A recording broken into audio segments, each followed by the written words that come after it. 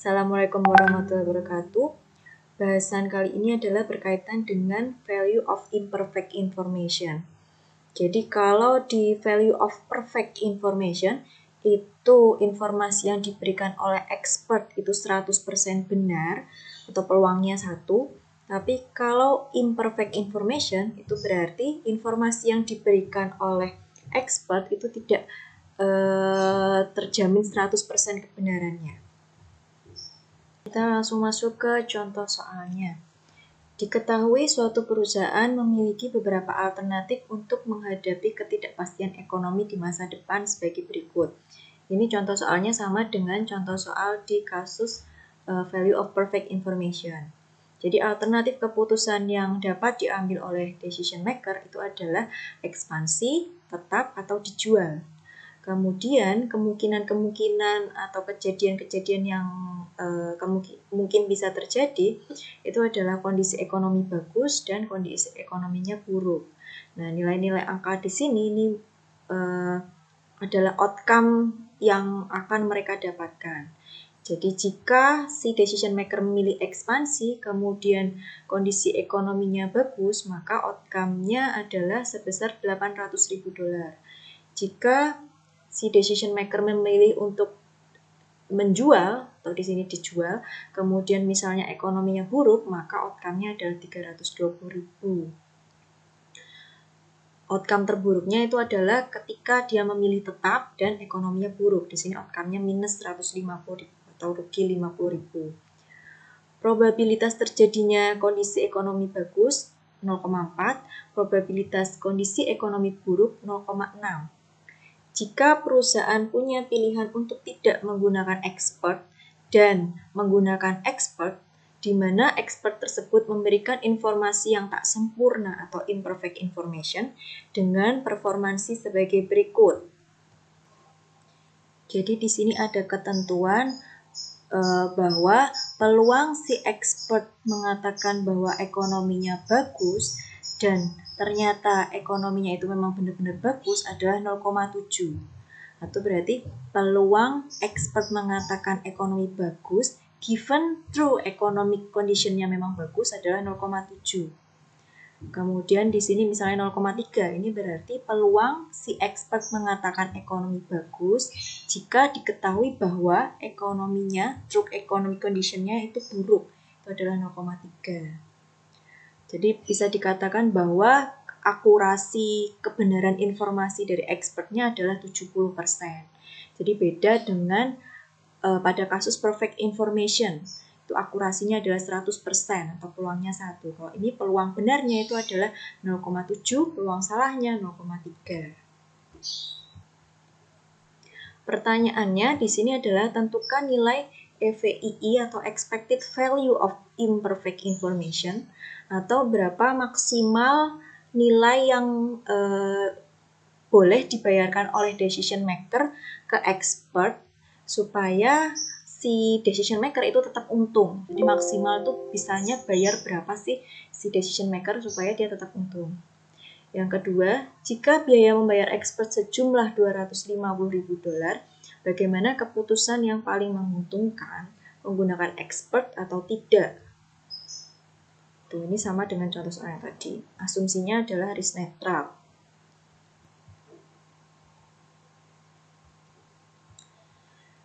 Nah, untuk menjawabnya, langkah pertama yang kita lakukan itu kita buat dulu gambar possibility tree-nya untuk memplotkan nilai peluangnya. Jadi di sini tadi diketahui bahwa di sini ada change note ya. Kemungkinan yang pertama adalah kondisi ekonominya bagus, kemungkinan kedua ekonominya buruk. Nah, peluang kejadiannya tadi diketahui di kasus bahwa peluang kejadian ekonomi bagus itu 0,4, peluang kejadian ekonomi buruk 0,6. Kemudian ketika ekonominya bagus, di sini ada change note lagi, ada kemungkinan bahwa si expert mengatakan ekonominya bagus, ada kemungkinan si expert mengatakan ekonominya buruk. Tadi seperti sudah dijelaskan bahwa akurasi si expert itu sebesar 70%, Maka di sini peluang si expert mengatakan ekonominya bagus, sebelumnya diketahui bahwa true economy condition-nya adalah memang benar-benar bagus, itu adalah 0,7.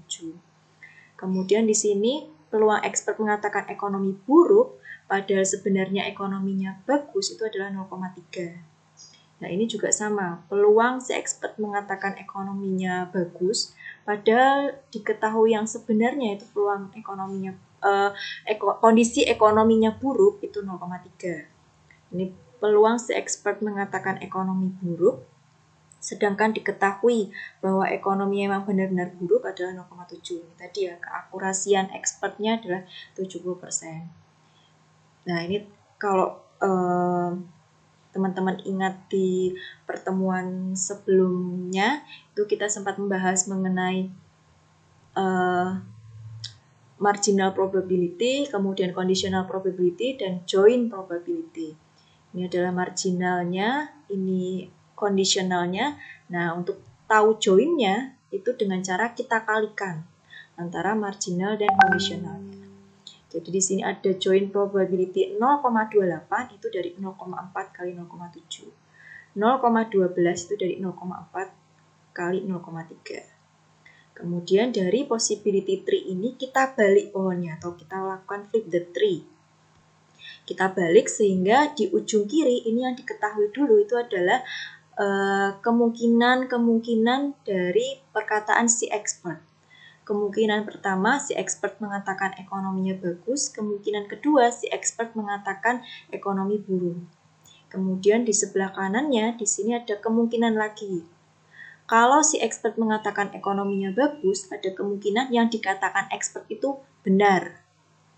Di true economic condition-nya benar-benar bagus. Bisa jadi yang dikatakan expert salah, ekonominya itu ternyata buruk. Ini juga sama. Si expert mengatakan ekonomi buruk, kemudian di sini ada kemungkinan bahwa ekonominya bisa jadi bagus, bisa jadi buruk. Nah, kemudian kita isikan nilai-nilai probability di sini, sama seperti yang materi beberapa minggu lalu mengenai possibility tree. Yang pertama, yang paling mudah kita isikan dulu joint probability-nya. Ini 0,28, ini kan dari nilai probability expert mengatakan ekonomi bagus dan true economic condition-nya memang bagus, ekonomi bagus. Kita cari petik ekonomi bagus dan ekonomi bagus 0,28. Kemudian yang ini 0,18 petik ekonomi bagus dan ekonomi buruk. Kita cari petik ekonomi bagus dan ekonomi buruk 0,18 dan seterusnya.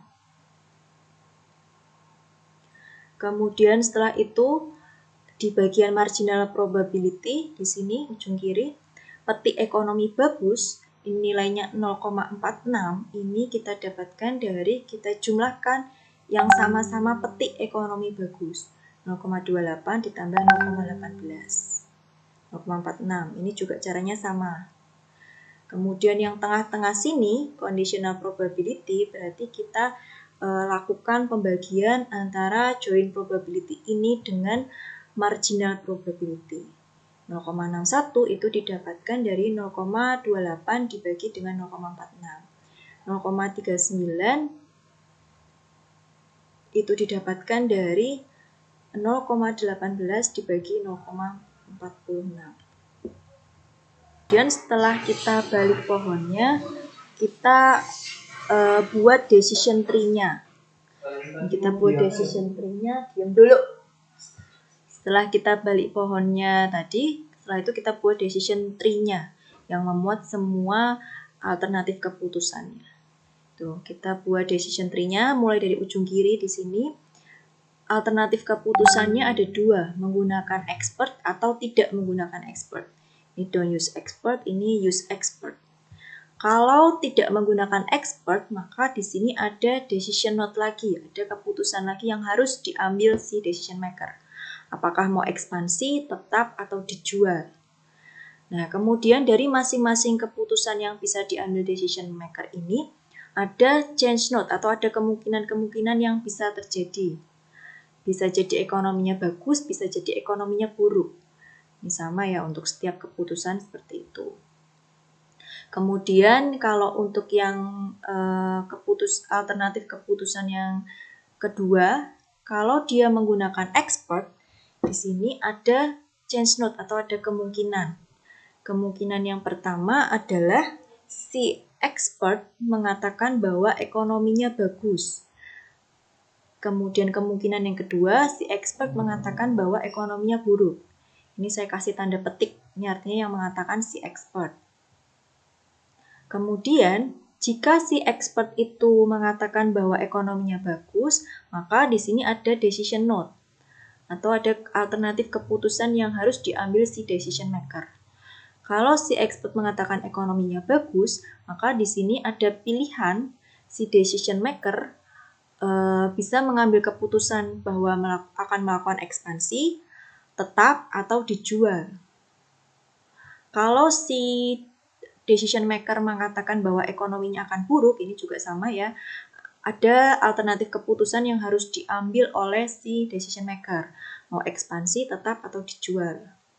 Kemudian dari masing-masing alternatif keputusan ini, ekspansi, tetap, atau dijual, ini ada change note atau ada kemungkinan-kemungkinan kejadian yang akan terjadi. Yang pertama, ekonominya bisa bagus. Yang kedua, ekonominya bisa buruk. Seperti ini untuk setiap keputusan. Ya. Waalaikumsalam.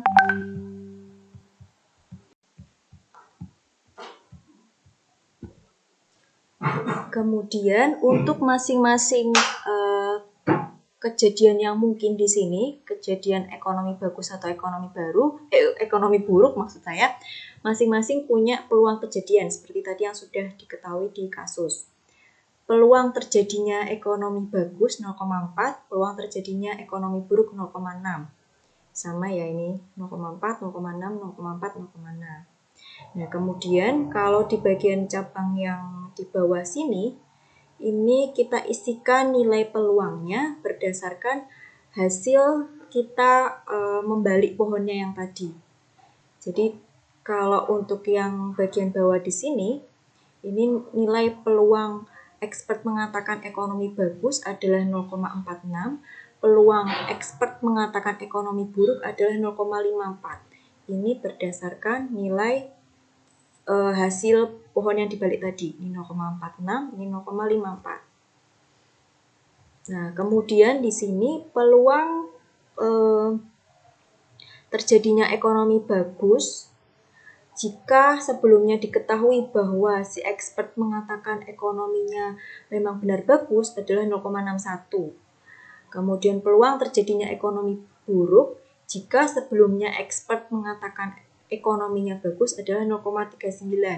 Ini juga didapatkan dari hasil flip the tree. Ini 0,61, ini 0,39. Yang ini juga sama. Peluang ekonominya misalnya ini ya, peluang ekonominya bagus, kemudian sebelumnya expert mengatakan ekonominya buruk 0,25. Peluang ekonominya buruk, sebelumnya expert mengatakan ekonominya buruk adalah 0,75. 0,25 dan 0,75 ini hasil dari flip the tree. Seperti itu. Nah, setelah kita isikan peluang kejadiannya, kemudian yang ujung kanan ini adalah nilai outcome-nya. Outcome-nya ini kita dapatkan dari penjelasan di kasus tadi. Jadi misalnya di sini 800.000 itu maksudnya adalah jika si decision maker memilih melakukan ekspansi dan yang terjadi ekonominya bagus, maka outcome yang dia dapatkan adalah 800.000. Nah tadi. Nah ini jika ekspansi dan kondisi ekonominya bagus 800.000. Kemudian jika dia milih ekspansi dan ternyata ekonominya buruk, outcome yang didapatkan 500.000. Gitu seterusnya. Seperti yang sudah diketahui di kasus tadi. Yang cabang kedua ini juga sama. Jadi jika dia milih ekspansi dan ekonominya bagus, 800.000. Jika dia milih ekspansi dan ekonominya buruk, 500.000. Begitu seterusnya. Sampai bawah. Nah, setelah itu kita hitung nilai EMV-nya untuk setiap alternatif keputusan. Di setiap alternatif keputusan kita hitung EMV-nya. Kita mulai dari cabang yang atas dulu.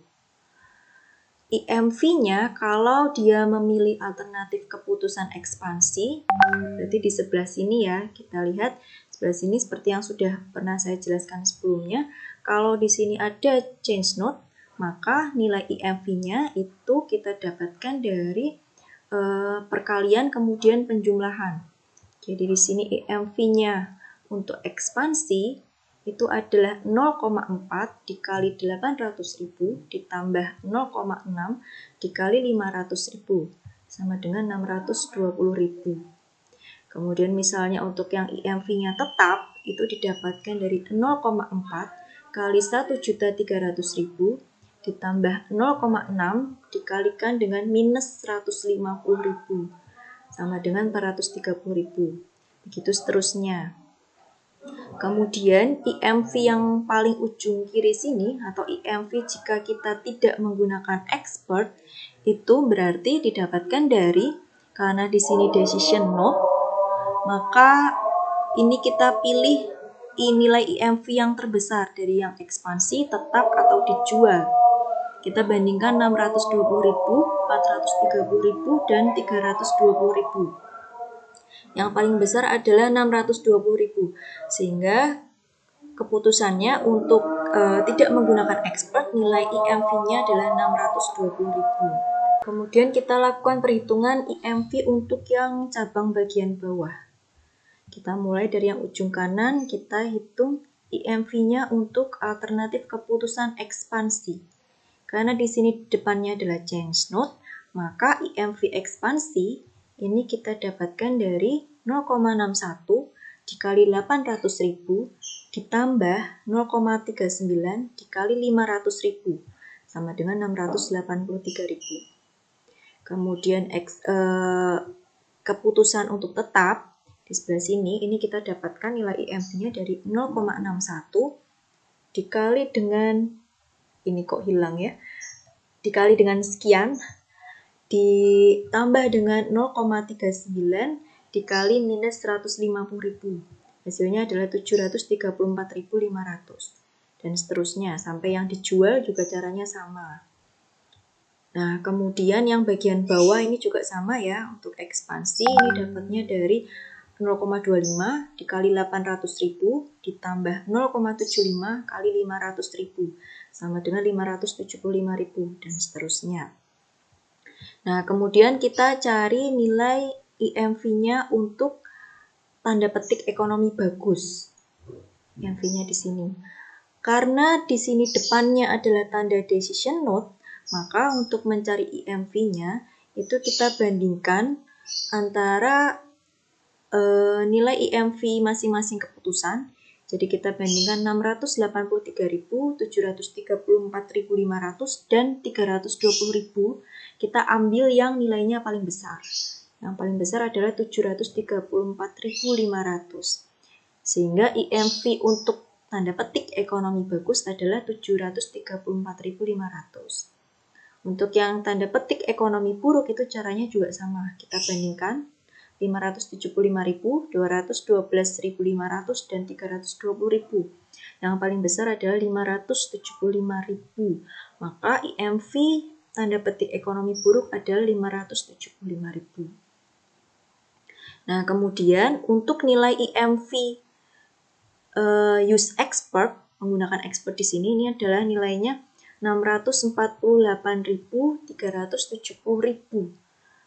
Ini didapatkan dari, kita lihat, depannya ini adalah change note. Maka untuk menghitung IMV use expert di sini adalah dengan cara kita kalikan, kemudian kita jumlahkan.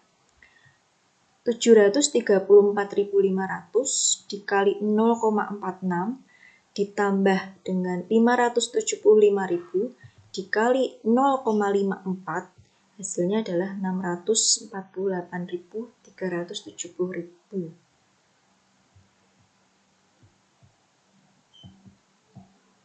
Seperti itu.